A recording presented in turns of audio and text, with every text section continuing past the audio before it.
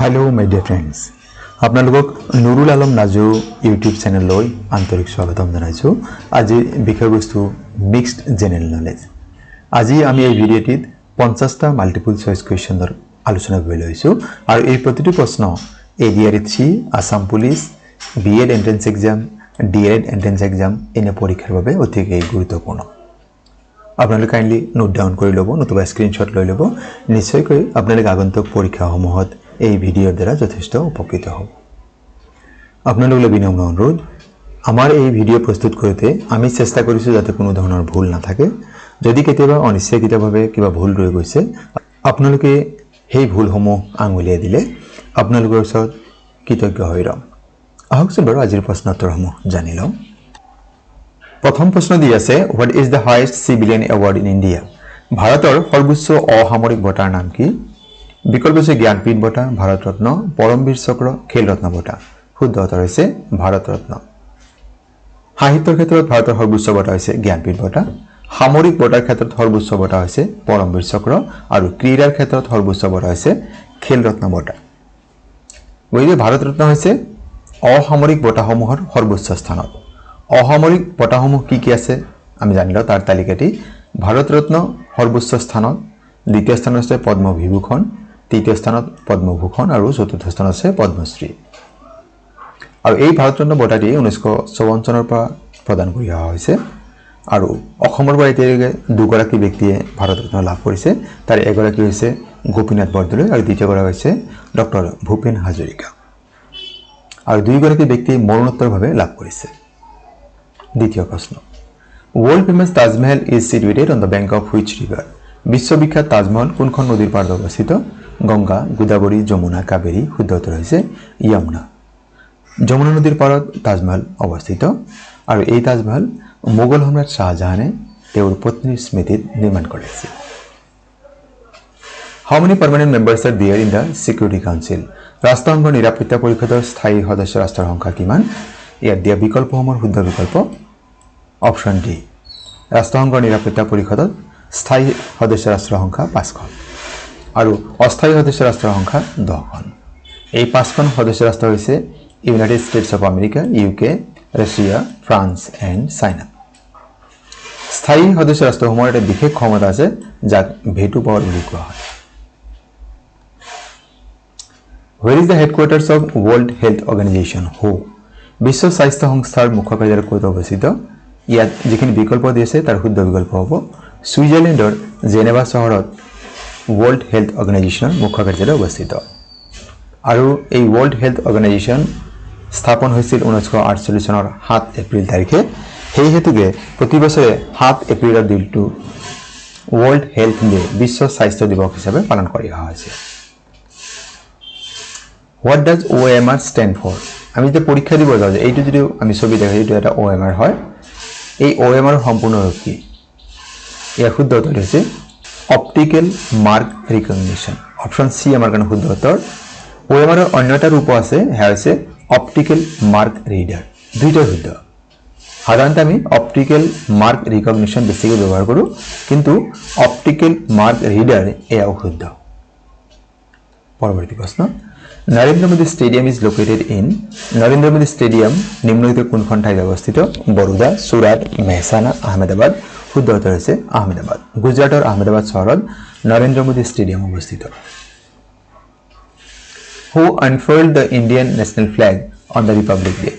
গণৰাজ্য দিৱসৰ দিনা ভাৰতৰ ৰাষ্ট্ৰীয় পতাকা কোনে উন্মোচিত কৰে? Prime minister of India, president of India, vice president of India, home minister of India. শুদ্ধ উত্তৰ হৈছে প্ৰেচিডেণ্ট অফ ইণ্ডিয়া। ইয়াত দুটা কথা আমি জানি লওঁ যে ফ্লেগ হোষ্টিং আৰু ফ্লেগ আনফাৰ্ল্ড। যেনেকৈ 26 জানুৱাৰীত কি হয় আনফাৰ্ল্ড কৰা হয়, এই দুটাৰ পাৰ্থক্য আমি জানি লওঁ এবাৰ। ফ্লেগ হোষ্টিং কেতিয়া কৰা হয়? 15 আগষ্টত স্বাধীনতা দিৱসত, আৰু গণৰাজ্য দিৱস মানে 26 জানুৱাৰীৰ দিনা ফ্লেগ আনফাৰ্ল্ড কৰা হয়। ফ্লেগ হোষ্টিং কোনে কৰে? ভাৰতৰ প্ৰধানমন্ত্ৰীয়ে। আৰু ফ্লেগ আনফাৰ্ল্ড কোনে কৰে? ভাৰতৰ ৰাষ্ট্ৰপতিয়ে। ফ্লেগ হোষ্টিং ক'ত হয়? ৰেড ফৰ্টত হয়, লালকিল্লাত। আৰু ফ্লেগ আনফাৰ্ল্ড হয় কৰ্তব্য পথ। আৰু ফ্লেগ হোষ্টিং কি বুজায়? It signifies creation of a new nation. আৰু ফ্লেগ আনফাৰ্ল্ডো বুজায় defines open era of country as a republic. আমি আৰু কথা অলপ জানি লওঁ আমি ছবিত দেখা পালে নিশ্চয় গম পাম ফ্ল্যাগ যেতিয়া হোষ্টিং কৰে তেতিয়া পতাকা ওপৰ থাকে আৰু ফ্ল্যাগ হোষ্টিং হলে আধা ওপৰলৈকে উঠাই থাকে তাৰ পিছত কি কৰা হয় গাঠিটো খুলি দিয়া হয় আমি নিশ্চয় সকলো এই কথাটো মন কৰিছো ফ্ল্যাগ হোষ্টিং কি হয় একেবাৰে তলৰ পৰা টানি লৈ যোৱা হয় আৰু ওপৰলৈ নি তাক কি কৰা হয় খুলি দিয়া হয় আৰু ফ্ল্যাগ আনফাল্ড যেতিয়া কৰা হয় তেতিয়া পতাকাটো আসলে আধাতে বান্ধি থোৱা থাকে তাক হেতু ৰছী টানি খুলি দিয়া হয় পৰৱৰ্তী প্ৰশ্ন What is the biggest planet of our solar system? সৌৰজগতৰ বৃহত্তম গ্ৰহটোৰ নাম কি? ইয়াৰ শুদ্ধ উত্তৰ হৈছে বৃহস্পতি জুপিটাৰ। এতিয়া এই সৌৰজগতৰ গ্ৰহসমূহ ডাঙৰৰ পৰা সৰু বা সৰুৰ পৰা ডাঙৰ আমি কেনেকৈ মনত ৰাখিম বা দূৰত্ব অনুসৰি গ্ৰহসমূহ ক'ত আছে আমি কেনেকৈ মনত ৰাখিম তাৰ কৃতিত আমি পৰৱৰ্তী স্লাইডত জানিম। আকাৰ অনুসৰি গ্ৰহবোৰৰ নাম মনত ৰখাৰ কৃতিত স্মলেষ্ট টু দ্য লাৰ্জেষ্ট আকাৰ হিচাপে যে মনত ৰাখো ইয়াত কি আছে এটা সৰু এই লাইনটো মনত ৰাখি হল meat makes vegetables edible nested under spicy jam এই শব্দকেইটাৰ প্ৰথম আখৰ কেইটা ললে হল তেতিয়া আমি এটা প্ল্যানেটৰ নাম পাম M for Mercury M for Mars V for Venus E for Earth N for Neptune U for Uranus S for Saturn J for Jupiter কাৰণ এইটো আকাৰ অনুসৰি আমি পাইছো যে বৃহস্পতি বৃহত্তম গ্ৰহ ক্ষুদ্ৰতম হ'ব কি মাৰ্কুৰী একেদৰে আমি যদি দূৰত্ব অনুসৰি আমি হিসাব কৰো তেতিয়া কি হ'ব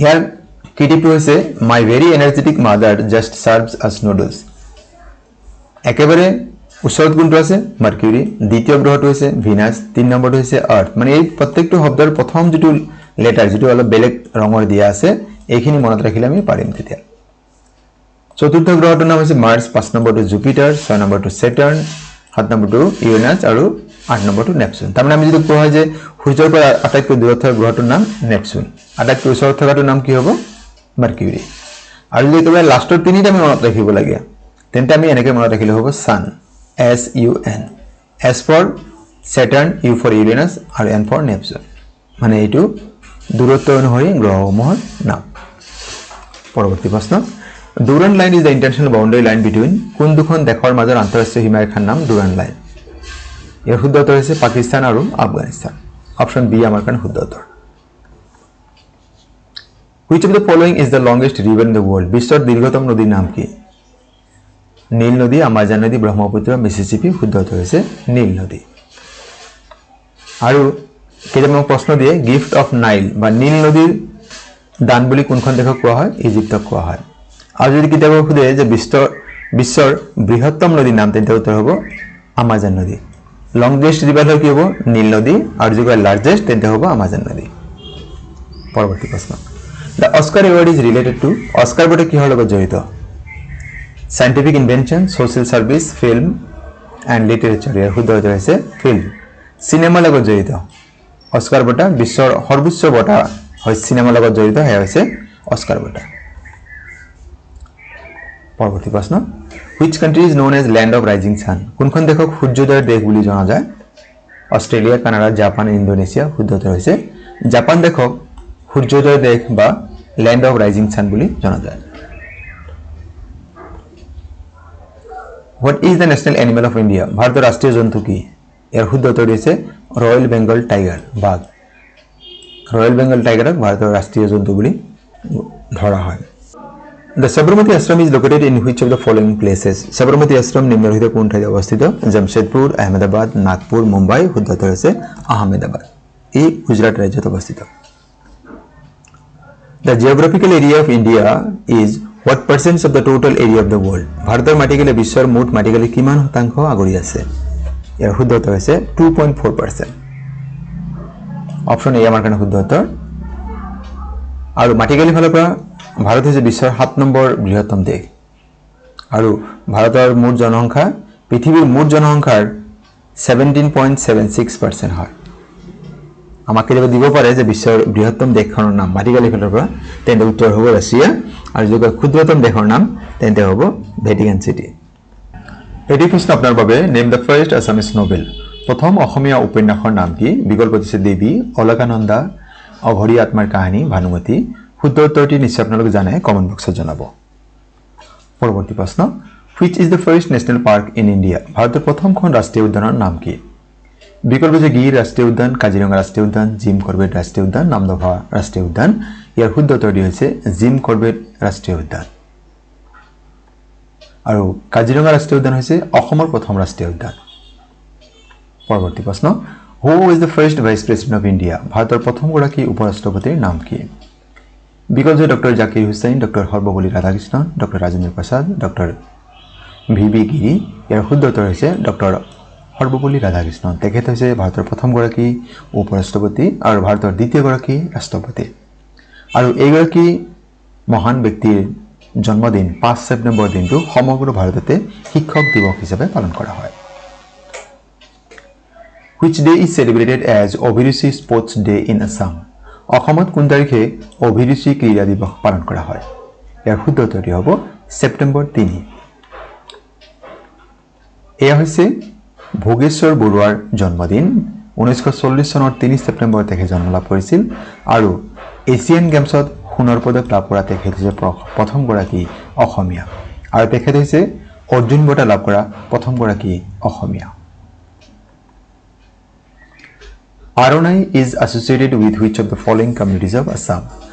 আৰণাই নামৰ বস্ত্ৰ অসমৰ কোন জনগোষ্ঠীৰ সৈতে জড়িত? বড়ো, তিৱা, ৰাভা, কাৰ্বি। শুদ্ধ উত্তৰ হৈছে বড়ো জনগোষ্ঠীৰ সৈতে জড়িত। Which of the following is known as brain of a computer? নিম্নলিখিত কোনটোক কম্পিউটাৰৰ মগজু বুলি কোৱা হয়? শুদ্ধ উত্তৰ হৈছে CPU, central processing unit. Who is the author of the book Ramcharit Manas? Ramcharit Manas নামৰ গ্ৰন্থখনৰ লেখক কোন? কবি দাস, তুলসী দাস, কালিদাস আৰু বিষ্ণু শৰ্মা। ইয়াৰ শুদ্ধ উত্তৰ হৈছে Tulsi Das. Question number 22, Ali Ai Ligang is celebrated by which community? Ali Ai Ligang কোন জনগোষ্ঠীৰ লোকে উদযাপন কৰে? Tea tribes, Bodos, Sonowal Kachari and Mising. শুদ্ধ উত্তৰটি হ'ব মিচিং জনগোষ্ঠীৰ লোকসকলে আলি আই লিগাং উৎসৱটি পালন কৰে। এই বিষয়ে আৰু কিছু কথা জানি লওঁ। এই উৎসৱক শস্য বা কঠীয়া সিঁচাৰ উৎসৱ বুলিও কোৱা হয়। প্ৰতি বছৰৰ ফাগুন মাহৰ প্ৰথম বুধবাৰৰ দিনা এই উৎসৱ পালন কৰা হয়। মিচিং ভাষাত আলি মানে শস্যৰ বীজ, আই মানে ফল আৰু লিগাং মানে আৰম্ভণি হোৱা বুজায়। আৰু এই উৎসৱৰ লগত গুমৰাগ নৃত্য জড়িত হৈ আছে। When was BTAD established? BTAD কেতিয়া গঠন কৰা হৈছিল? আৰু ইয়াৰ শুদ্ধ উত্তৰ হৈছে 2003 চনৰ 10 ফেব্ৰুৱাৰী তাৰিখে। BTADৰ সম্পূৰ্ণ ৰূপ হৈছে Bodoland territorial areas district. Administrative headquarter হৈছে Kokrajhar. What is the state flower of Assam? অসমৰ ৰাজ্যিক ফুল কি? ইয়াৰ শুদ্ধ উত্তৰ হৈছে ফক্সটেইল অৰ্কিড। কপৌফুল হৈছে অসমৰ ৰাজ্যিক ফুল। এয়া কপৌফুল।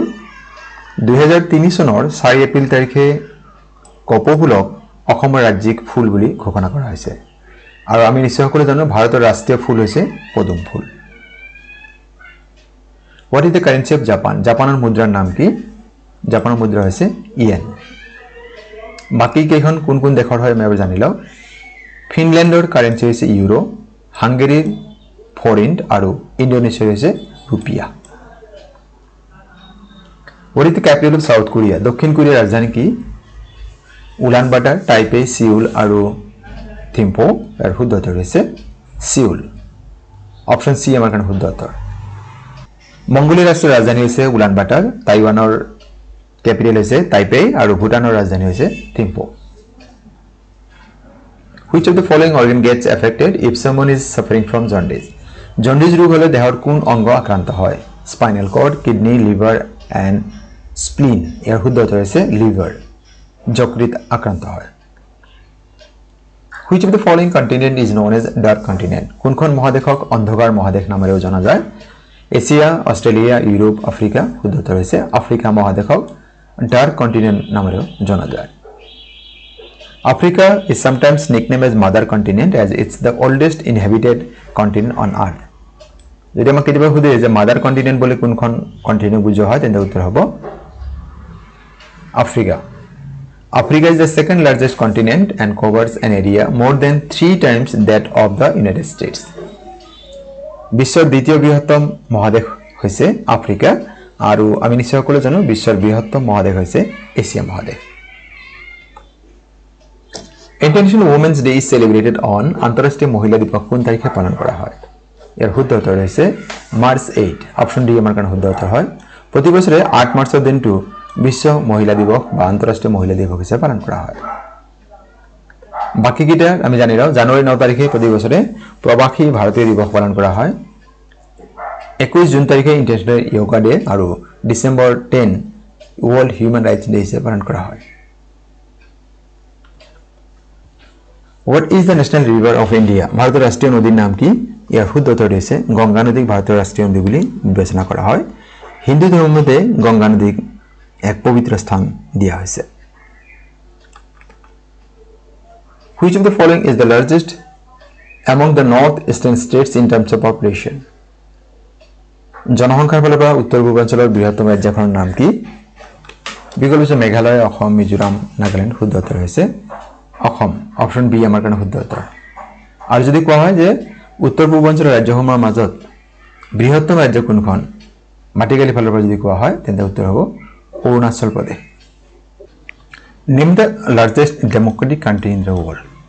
বিশ্বৰ সৰ্ববৃহৎ গণতান্ত্ৰিক দেশখনৰ নাম কি USA ৰাছিয়া সুইজাৰলেণ্ড ইণ্ডিয়া শুদ্ধ উত্তৰ হ'ব বিশ্বৰ বৃহত্তম গণতান্ত্ৰিক দেশখনৰ নাম হৈছে ভাৰতবৰ্ষ আজি কেতিয়াবা প্ৰশ্ন দিব পাৰে যে বিশ্বৰ দীৰ্ঘতম লিখিত সংবিধান কোনখন দেশৰ আছে তেন্তে উত্তৰ হ'ব ভাৰতবৰ্ষ ভাৰতত প্ৰতি বছৰে 15 আগষ্টৰ দিনটো স্বাধীনতা দিৱস হিচাপে পালন কৰা হয় ভাৰতৰ উপৰিও আৰু কেইখনমান দেশ আছে সেই দেশসমূহত 15 আগষ্টৰ দিনটো স্বাধীনতা দিৱস হিচাপে পালন কৰা হয় সেই দেশসমূহ হৈছে south Korea north Korea Bahrain আৰু লিষ্টেনষ্টাইন এই দেশকেইখনে 15 আগষ্টৰ দিনটো স্বাধীনতা দিৱস হিচাপে পালন কৰে কিন্তু প্ৰশ্ন দিব পাৰে যে ভাৰতৰ উপৰিও কোন কোন দেশে 15 আগষ্টৰ দিনটো স্বাধীনতা দিৱস হিচাপে পালন কৰে তেতিয়া এই কেইখন দেশৰ নাম আমি নিশ্চয় ইতিমধ্যে গম পাইছো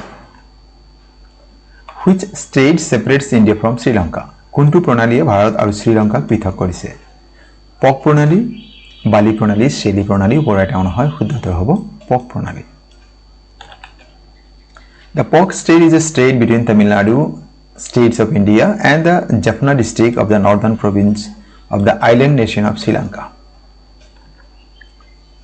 Who is known as the missile man of India? কোনজন ব্যক্তি ভাৰতৰ মিসাইল মানৱ বুলি জনা যায় C.N.N. Rao, Dr. A.P.J. Abdul Kalam, Birbal Sahni, Dr. M.S. Swaminathan, শুদ্ধ উত্তৰ হৈছে Dr. A.P.J. Abdul Kalam, তেখেতক ভাৰতৰ মিসাইল মানৱ বুলি জনা যায় আৰু কেতিয়া প্ৰশ্ন দিব মিসাইল ওমেন অফ ইণ্ডিয়া তেন্তে উত্তৰ হ'ব টেসি থমাস আৰু কেতিয়াবা অন্য এটা প্ৰশ্ন আমাক দিয়ে Dr. A.P.J. Abdul Kalam সম্পৰ্কে তেখেতৰ আত্মজীৱনীখনৰ নাম কি তেতিয়া উত্তৰ হ'ব wings of fire Name the first Indian state to implement the Uniform Civil Code UCC. ভাৰতৰ কোনখন ৰাজ্য পুনতে ইউনিফৰ্ম সিভিল কোড বলবৎ কৰিছে ইয়াৰ বিকল্প হৈছে মহাৰাষ্ট্ৰ পাঞ্জাব মধ্যপ্ৰদেশ উত্তৰাখণ্ড শুদ্ধ উত্তৰ হ'ব Uttarakhand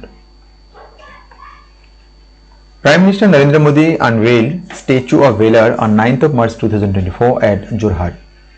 It is a statue of প্ৰধানমন্ত্ৰী নৰেন্দ্ৰ মোদী ডাঙৰীয়া 9 মাৰ্চ 2024 যোৰহাটত ষ্টেচু অফ ভেলাৰ অনাবৰণ কৰে একাৰ প্ৰতিমূৰ্তি মণিৰাম দেৱান কনকলতা বৰুৱা পিএলি ফুকন লাচিত বৰফুকন শুদ্ধ উত্তৰ হ'ব লাচিত বৰফুকন কেতিয়া অনাবৰণ কৰে না 2024 চনৰ 9 মাৰ্চ তাৰিখে prime minister Narendra Modi at Lachit Borphukan Maidam development project at Holongapar near টিয়কৰ ওচৰৰ হলংপাৰত ভাৰতৰ প্ৰধানমন্ত্ৰী নৰেন্দ্ৰ মোদী ডাঙৰীয়াই লাচিত বৰফুকনৰ প্ৰতিমূৰ্তি অনাবৰণ কৰে আৰু এটা কি আছিল ব্ৰঞ্জৰ প্ৰতিমূৰ্তি ইয়াৰ উচ্চতা হৈছে 125 ফুট ইয়াৰ মানে যিজন স্কাল্পচাৰ হয়তে হৈছে ৰাম ভাঞ্জি সুতাৰ আৰু 2022 চনৰ ফেব্ৰুৱাৰী মাহত ৰাষ্ট্ৰপতি ৰামনাথ কোবিন্দে ইয়াৰ আধাৰশিলা স্থাপন কৰিছিল The chemical name of laughing gas is laughing gasৰ ৰাসায়নিক নাম কি ইয়াৰ শুদ্ধ উত্তৰ হৈছে নাইট্ৰাছ অক্সাইড আৰু ৰাসায়নিক সমীকৰণটো হৈছে N2O The first women university in Assam is located অসমৰ প্ৰথম মহিলা বিশ্ববিদ্যালয় ক'ত অৱস্থিত যোৰহাট ডিব্ৰুগড় শিৱসাগৰ লখিমপুৰ শুদ্ধ উত্তৰ হৈছে যোৰহাট ইয়াক স্থাপন কৰা হৈছে 2013 চনত আৰু ইয়াৰ নাম হৈছে Assam women's university Mr. Narendra Modi takes oath as the Prime Minister of India for which consecutive term? শ্ৰীযুত নৰেন্দ্ৰ মোদী ডাঙৰীয়াই ক্ৰমাগত কিমানবাৰৰ বাবে ভাৰতৰ প্ৰধানমন্ত্ৰী হিচাপে শপত গ্ৰহণ কৰিছে? 4th, 3rd, 2nd and 5th. শুদ্ধ উত্তৰ হ'ব 3rd. কেতিয়া কেতিয়া শপত গ্ৰহণ কৰিছে? প্ৰথমবাৰ শপত গ্ৰহণ কৰিছিল 2014 চনৰ 26 মে তাৰিখে, দ্বিতীয়বাৰ শপত গ্ৰহণ কৰিছে 2019 চনৰ 30 মে আৰু তৃতীয়বাৰ শপত গ্ৰহণ কৰিছে 2024 চনৰ 9 জুন তাৰিখে। পৰৱৰ্তী প্ৰশ্ন, Who was the founder of the Ramakrishna Mission? Ramakrishna Missionৰ প্ৰতিষ্ঠাপক কোন আছিল? এত বিকল্প আছে ৰবীন্দ্ৰনাথ টেগোৰ, সত্যেন্দ্ৰনাথ টেগোৰ, স্বামী বিবেকানন্দ, ৰাজা ৰামমোহন ৰয়। শুদ্ধ উত্তৰ হৈছে Swami Vivekananda. Rajghat is the crematorium of which of the following person? কোনজন ব্যক্তিৰ সমাধিস্থলৰ নাম ৰাজঘাট? জৱাহৰলাল নেহৰু, চৰ্দাৰ বল্লভভাই পেটেল, মহাত্মা গান্ধী, সুভাষ চন্দ্ৰ বোস। শুদ্ধ উত্তৰ হৈছে মহাত্মা গান্ধী। নিম্নলিখিত কোনখন ঠাইত জুবিন গাৰ্গৰ জন্ম হৈছিল? Zubeen Garg was born at, ইয়াত যিখিনি বিকল্প দিছে তাৰ শুদ্ধ বিকল্প হ'ব তুৰা, মেঘালয়। মেঘালয়ৰ য'ত তুৰা নামৰ ঠাইত জুবিন গাৰ্গৰ জন্ম হৈছিল 1972 চনৰ 18 নৱেম্বৰ তাৰিখে। তেখেতৰ জন্ম হোৱাৰ নাম আছিল Zubeen Borthakur. Question number 42. Bagurumba is a dance form of Assam performed by Desh tribe. Bagurumba নৃত্য অসমৰ কোন জনগোষ্ঠীৰ লোকে পৰিৱেশন কৰে? কাৰ্বি, মিচিং, বড়ো এণ্ড ৰাভা। শুদ্ধ উত্তৰ হ'ব বড়ো লোকসকলে বাগৰুম্বা নৃত্যৰ সৈতে জড়িত। Which of the following temple is known as Khajuraho of Assam? তলত উল্লেখ কৰা কোন মন্দিৰক অসমৰ খাজুৰাহো বুলি জনা যায়? কামাখ্যা টেম্পল, উমানন্দ টেম্পল, হয়গ্ৰীব মন্দিৰ আৰু মদন কামদেৱ মন্দিৰ। শুদ্ধ উত্তৰ হ'ব মদন কামদেৱ মন্দিৰক অসমৰ খাজুৰাহো বুলি জনা যায়।